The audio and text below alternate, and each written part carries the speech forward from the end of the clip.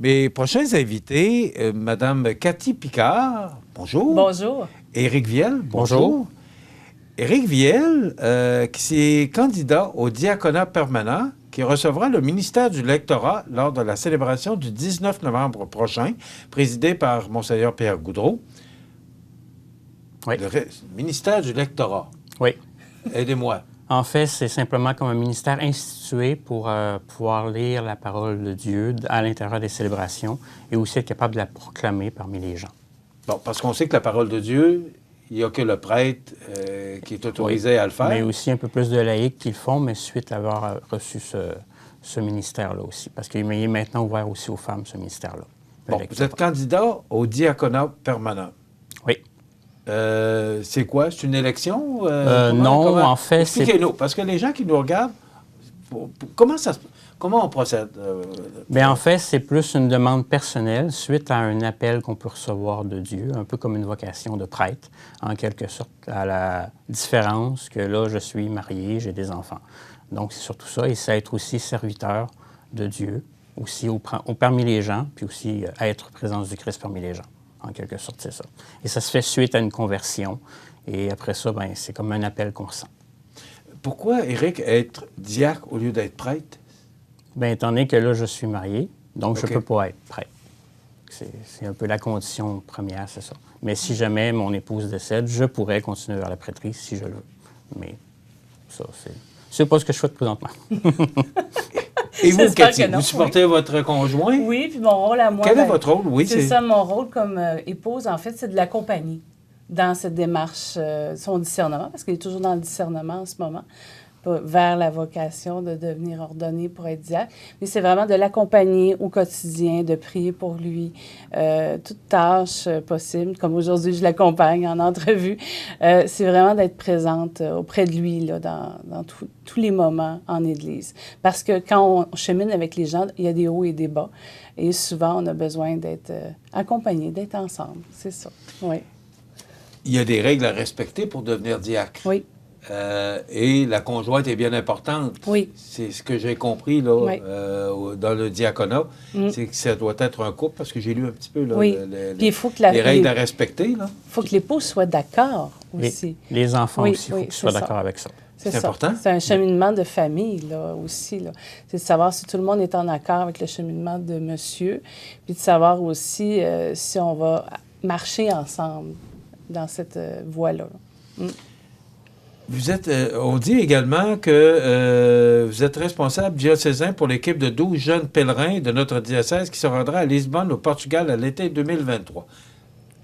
Oui. Qu'est-ce que c'est exactement? Qu'est-ce que c'est? Bien, en fait, le pape François a demandé à tous les jeunes du monde entier de se rassembler à Lisbonne, au Portugal, du 1er au 6 août 2023, là, ça s'en vient. Là. Donc, de faire en sorte que ces pèlerins-là puissent célébrer ensemble. Je ne sais pas si vous avez remarqué, dans nos églises, présentement, bon, il y a plus de têtes blanches que de jeunes. Puis souvent, pour un jeune, de voir ça, souvent, se sent un peu moins interpellé. Puis je pense que le pape François a été sensible à ça. Puis c'est le Jean-Paul II qui a initié ça dès le départ, là. Donc de rassembler ces jeunes-là. Donc le pape François, dans la continuité, décide de lancer un appel aux jeunes de se rassembler pour célébrer, de recevoir des catéchèses, de fêter ensemble le Christ. Là, ça, c'est particulier. Là. Donc de se rassembler à, je sais pas moi, on parle de 500 000 personnes qui croient ensemble, qui chantent ensemble, qui ont tous 18-35 ans. C'est différent peut-être que dans une église locale où il y a peut-être 30 ou 100 personnes qui sont beaucoup plus âgées qu'eux. Donc, c'est différent, c'est ça. Mais Cathy, dites-moi, est-ce que vraiment les jeunes ont de l'intérêt? Parce que comme les gens désertent un peu les églises, comment faire pour amener les jeunes, des parents, des... Bien, moi, ce que je pourrais dire... C'est pas simple, la mission que vous avez là. Oui, Éric, ce que je pourrais dire, en fait, c'est que chaque jeune est différent. Et chaque jeune chemine différemment. Donc, ils ne sont pas tous au même niveau non plus. Et notre rôle à nous, en tant que responsables, c'est de les aider à cheminer un pas à la fois. Moi, c'est ce que j'aime bien souvent dire, c'est s'il fait juste un pas, bon, moi, ce sera un pas de fait. Mais vous pouvez les rejoindre comment? Parce que comme il n'y a plus de catéchèse dans les écoles, il y a différentes vous pouvez les façons. rejoindre comment? Il y a beaucoup de jeunes qui fonctionnent par la musique. Moi, je suis un grand amateur de musique aussi. Il y a différentes musiques qui sont plus jeunes, plus rafraîchissantes que je connais. Il y a aussi des fois versions avec des films, parce que moi, j'aime beaucoup aussi les films. Fait que des fois, on écoute des films ensemble, on discute dessus, on dialogue. Fait que souvent, c'est ça. Mais les réseaux sociaux principalement aussi les réseaux sociaux, j'en fais beaucoup.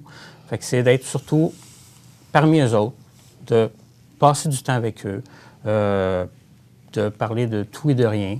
Puis, de temps en temps, quand c'est eux autres que ça vient, bien, ils posent une question sur la religion, sur l'Église. Puis à ce moment-là, bien, je suis là.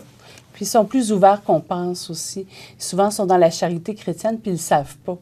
C'est en faisant une relecture avec eux que là, ils voient, ah ben finalement, c'est ce que le Seigneur faisait aussi. Ils disent, OK, c'est vraiment, on est là pour des fois faire une relecture, puis faire le pont aussi avec les paroisses, avec les églises locales. Donc, c'est ça souvent là, qui est notre rôle. Là. C'est ça, parce que oui, on va au Portugal, mais on va revenir. Puis il y a une suite à ça. C'est l'implication dans nos milieux. Mm. Vous êtes ici également pour nous parler du Festival des Saints du 1er novembre. C'est débuté depuis hier jusqu'au 6 novembre 2022. Célébrons la fête de la Toussaint. Je suis un peu surpris. Parce que la Toussaint, bon, on le sait. En tout cas, moi, quand j'étais jeune, on disait que la Toussaint, le 1er novembre, c'était la fête de toutes les personnes qui sont décédées. C'est difficile de fêter ça, là. Et là, vous nous dites, fêtons la fête de la Toussaint. Oui. Aidez-moi à comprendre. En fait, c'est un peu pour principe de un peu fêter les saints, ressortir un peu nos super-héros qu'on a en Église, les présenter, les démontrer. Et aussi, c'est dire aux gens que nécessairement que la sainteté n'est pas nécessairement quelque chose d'inaccessible, puis que l'Église, c'est pour tout le monde, puis qu'il y a bien des saints qu'avant d'être saints, c'était un peu comme monsieur, madame, tout le monde. Il y avait des péchés, des choses, puis simplement qu'au fil du temps, par des petits gestes de bonté, de charité, d'humilité, bien, ils ont accédé à la sainteté. Oui, puis si on prend Saint Paul, Saint Paul était un persécuteur de chrétiens dans ses débuts jusqu'à sa conversion et est devenu un saint. Donc, loin de nous, on aurait imaginé Saint Paul devenir un saint si on lit la première partie de son histoire. Donc, c'est accessible à tout le monde. Puis on a remarqué, après discuter avec les jeunes de 18-35 ans, c'est que souvent, les jeunes ne se sentent pas dignes d'entrer dans l'Église. C'est des bonnes personnes qui vont à l'Église. Donc, souvent, on leur dit, mais nous aussi, on n'est pas parfaits, là. C'est pas parce qu'Éric se présente pour le diaconat qu'il c'est un homme parfait. Non, il n'est pas parfait. Il essaie au quotidien de s'améliorer, d'être une bonne personne. Donc, l'idée, c'est de devenir tous et chacun, peut-être des saints aussi. Donc, c'est donner le goût aux gens de faire ça. Fait que là, par le biais du festival, il y a une exposition à l'intérieur de ça qui est pour les miracles eucharistiques, qui est à l'intérieur de l'église de Saint-Thomas et de Saint-Matthieu, pour justement faire un pas de plus avec ceux qui sont déjà dans l'église. Donc, les miracles eucharistiques, on n'en parle pas beaucoup. Puis c'est un bienheureux qui a préparé cette exposition-là, qui est Carlo Acutis, qui justement, lui, est un jeune qui est un peu plus à l'image de ceux qu'on connaît maintenant. Donc, il a connu Internet, qui a connu les réseaux sociaux, puis qui l'a utilisé de la bonne façon, qui l'a utilisé pour propager justement les miracles eucharistiques.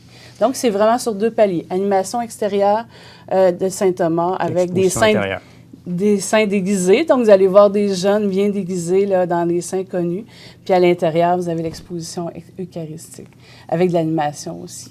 Donc, mais ce qui fait drôle d'entendre, c'est festival. Oui. Pourquoi on va appeler ça un festival? Parce que, bon, c'est une fête, c'est ce que je comprends pour c'est sur plusieurs du festival. Oui. La première idée aurait été de le faire juste le 1er novembre, mais comme c'est un jour de semaine, tout le monde travaille, tout le monde a des obligations, c'est un peu plus compliqué. Fait que c'est pour ça que le principe est de le rallonger un peu plus pour au moins profiter du week-end qui s'en vient. Fait que c'est pour ça que samedi, ça va être plus la plus grosse journée avec les expositions, les présentations extérieures et le souper communautaire. Puis c'était simplement hier de commencer un peu avec la messe d'El Toussaint, puis un peu une petite présence commencée hier simplement pour souligner la journée comme telle. Mais le principal de l'action va être plus ce week-end, le 5 et le 6 novembre. Puis déjà, hier, on a eu des choses. Il y a des gens qui nous ont interpellés. Ils nous ont dit, mais l'Halloween, c'était pas hier. Pourquoi tu es déguisé? Mais c'est parce que c'est la Toussaint aujourd'hui. C'est quoi la Toussaint? Ça aborde, ça ouvre le dialogue. Ça a toujours été le 1er novembre. Mais oui, c'est ça. Ce qu'on veut, c'est l'étirer un peu. C'est ça. On étire le plaisir. Parce que cette fête-là a été grandiose dans le temps, là, mais on l'a comme un peu... oublié un oublié. peu. C'est ça. C'est quoi l'idée? Parce que vous me dites qu'avant l'entrevue, Cathy, que ça existait ailleurs au Québec, et que là, vous avez décidé d'emmener ça chez nous. Oui. Pourquoi? Je pense qu'on était dû. On était dû pour du neuf. Je pense qu'il y a des choses pendant la pandémie qui ont été mises de côté, mises sur pause, puis les gens ont le goût de se rassembler maintenant. Puis pourquoi pas débuter justement par une fête qui est un petit peu laissée aux oublis. Donc, je pense que c'était un bon moment pour le redémarrer. Puis je pense que déjà, on a vu avec la catéchèse intergénérationnelle, il y avait plus de 100 personnes dans le sous-sol de l'Église. Jamais on avait vu ça. Fait que je pense qu'on est dû pour se rassembler. C'est aussi une occasion de redonner le goût aux gens de peut-être s'approprier l'Église, de venir participer, puis de dire je suis comme tous les autres croyants, puis je désire participer à la célébration, puis mettre un peu une pierre à l'édifice. Ça peut être autant à l'extérieur qu'à l'intérieur. Est-ce que la pandémie a fait mal à la religion, oui, il y a quand même, rassemblement? Il y a quand même, Cathy, de rassemblement. Est-ce que la pandémie a fait mal? Oui, parce que j'entends quand même beaucoup de personnes qui disent que durant la pandémie, étant donné que là, les églises étaient fermées, donc il y a des personnes qui prenaient beaucoup plus à la télévision, les célébrations, et que là, maintenant que tout est redevenu un peu plus à la normale quand même, mais beaucoup de gens sont encore restés à la regarder à la télévision parce que ça reste plus simple. Et donc, ils ne viennent plus nécessairement communier. Puis, le but, entre autres, de l'exposition sur les miracles eucharistiques, c'est peut-être de redonner le goût à ces gens-là du plaisir de la communion, simplement de partager le pain de Dieu. Éric, que je reviens à votre diaconat, parce que là, vous êtes candidat. Oui. Vous allez, j'espère que j'utilise le bon terme, consacré, diaconat, diacre? Ordonné. Ordonné. Merci. Oui. Vous allez être ordonné quand? Est-ce que c'est officiel que vous allez être ordonné ou il y a encore ça devrait se cheminement? Faire dans l'année suivante, en 2023. Là, je fais mon lectorat le 19 novembre. Après ça, il va y avoir la colita qui va se faire probablement hiver, printemps. Tout dépend des disponibilités de Monseigneur et de comment mon discernement se fait aussi. Et ensuite, ça va être l'ordination qui devrait être dans le courant de l'année suivante. Est-ce qu'il y a beaucoup de candidats comme vous? On est 2 présentement. OK. Il n'y a pas là, une course Non. Parce qu'on ne sait pas vraiment comment ça fonctionne, là, mais vous allez être les 2 consacrés? Oui. Ordonné. Mon collègue va être ordonné cet automne. Mon collègue va être ordonné cet automne, Alphée Pelletier. Puis moi, ça devrait être l'année suivante. C'est ça.